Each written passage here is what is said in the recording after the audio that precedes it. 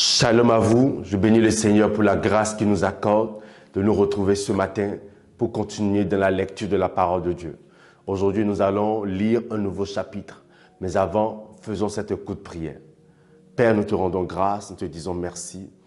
Merci Yahweh pour le privilège que tu nous accordes de nous retrouver devant ta parole. Enseigne-nous, éclaire-nous ce matin encore pour la seule gloire de ton nom, au nom puissant de Jésus. Amen. Aujourd'hui, nous allons lire le chapitre 10 de l'Évangile selon Luc. Lisons ensemble. Après cela, le Seigneur désigna encore 70 autres disciples et il les envoya 2 à 2 devant lui dans toutes les villes et dans tous les lieux où lui-même devait aller. Il leur dit, « La moisson est grande, mais il y a peu d'ouvriers. Priez donc le maître de la moisson d'envoyer des ouvriers dans sa moisson. Partez, voici je vous envoie comme des agneaux au milieu des loups. Ne portez ni bourse, ni sac, ni souliers, et ne saluez personne en chemin. Dans quelque maison que vous entriez, dites d'abord que la paix soit sur cette maison. Et s'il se trouve là un enfant de paix, votre paix reposera sur lui. Sinon, elle reviendra à vous. Demeurez dans cette maison-là, mangeant et buvant ce qu'on vous donnera, car l'ouvrier mérite son salaire. N'allez pas de maison en maison. Dans quelque ville que vous entriez et où l'on vous recevra, mangez ce qui vous sera présenté. Guérissez les malades qui s'y trouveront et dites-leur, le royaume de Dieu s'est approché de vous. Mais dans quelque ville que vous entriez et où l'on ne vous recevra pas, allez dans ces rues et dites, nous secouons contre vous la poussière même de votre ville qui s'est attachée à nos pieds. Sachez cependant que le royaume de Dieu s'est approché. Je vous dis qu'en ce jour, Sodome sera traitée moins rigoureusement que cette ville-là. Malheur à toi, Chorazine. Malheur à toi, Bethsaïda. Car si les miracles qui ont été faits au milieu de vous avaient été faits dans Tyr et dans Sidon, il y a longtemps qu'elles se seraient repenties en prenant le sac et la cendre. C'est pourquoi, au jour du jugement, Tyr et Sidon seront traités moins rigoureusement que vous. Et toi, Capernaum, qui a été élevé jusqu'au ciel, tu seras abaissé jusqu'au séjour des morts. Celui qui vous écoute m'écoute, et celui qui vous rejette me rejette, et celui qui me rejette rejette celui qui m'a envoyé. Et 70 revinrent avec joie, disant, Seigneur, les démons même nous sont soumis en ton nom. Jésus leur dit, je voyais Satan tomber du ciel comme un éclair. Voici, je vous ai donné le pouvoir de marcher sur les serpents et les scorpions, sur toute la puissance de l'ennemi, et rien ne pourra vous nuire.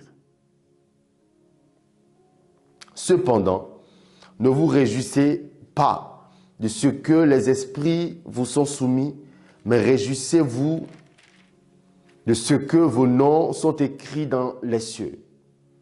En ce moment même, Jésus tressaillit de joie par le Saint-Esprit et il dit, je te loue, Père, Seigneur du ciel et de la terre, de ce que tu as caché ces choses aux sages et aux intelligents et de ce que tu les as révélées aux enfants. Oui, Père, je te loue de ce que tu l'as voulu ainsi. Toutes choses m'ont été données par mon Père, et personne ne connaît qui est le Fils, si ce n'est le Père, ni qui est le Père, si ce n'est le Fils, et celui à qui le Fils veut le révéler.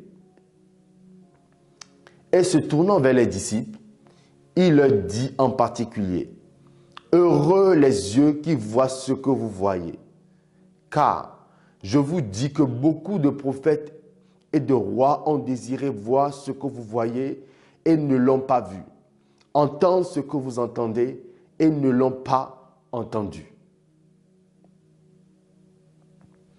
Un docteur de la loi se leva et dit à Jésus pour l'éprouver, « Maître, que dois-je faire pour hériter la vie éternelle ?» Jésus lui dit, « Qu'est-il écrit dans la loi? Qui lis-tu » Il répondit, « Tu aimeras le Seigneur ton Dieu de tout ton cœur, de toute ton âme, de toute ta force et de toute ta pensée, et ton prochain comme toi-même. » Tu as bien répondu, lui dit Jésus.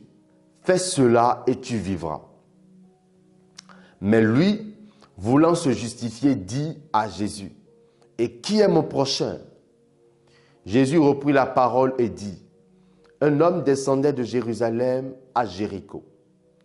Il tomba au milieu des brigands qui le dépouillaient, le chargeaient de coups et s'en allèrent, le laissant à demi-mort.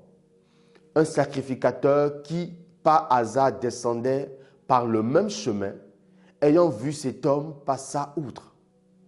Un lévite qui arriva aussi dans ce lieu, l'ayant vu, passa outre.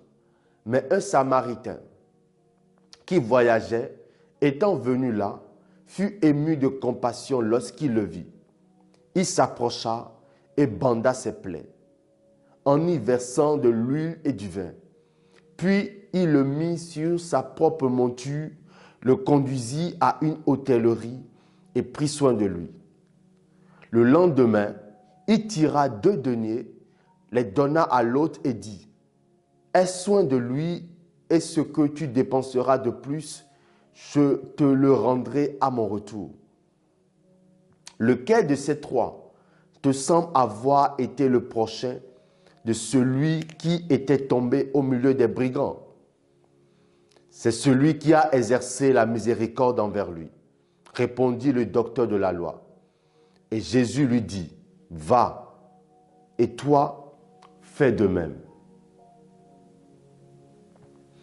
Comme Jésus était en chemin avec ses disciples, il entra dans un village et une femme nommée Marthe le reçut dans sa maison.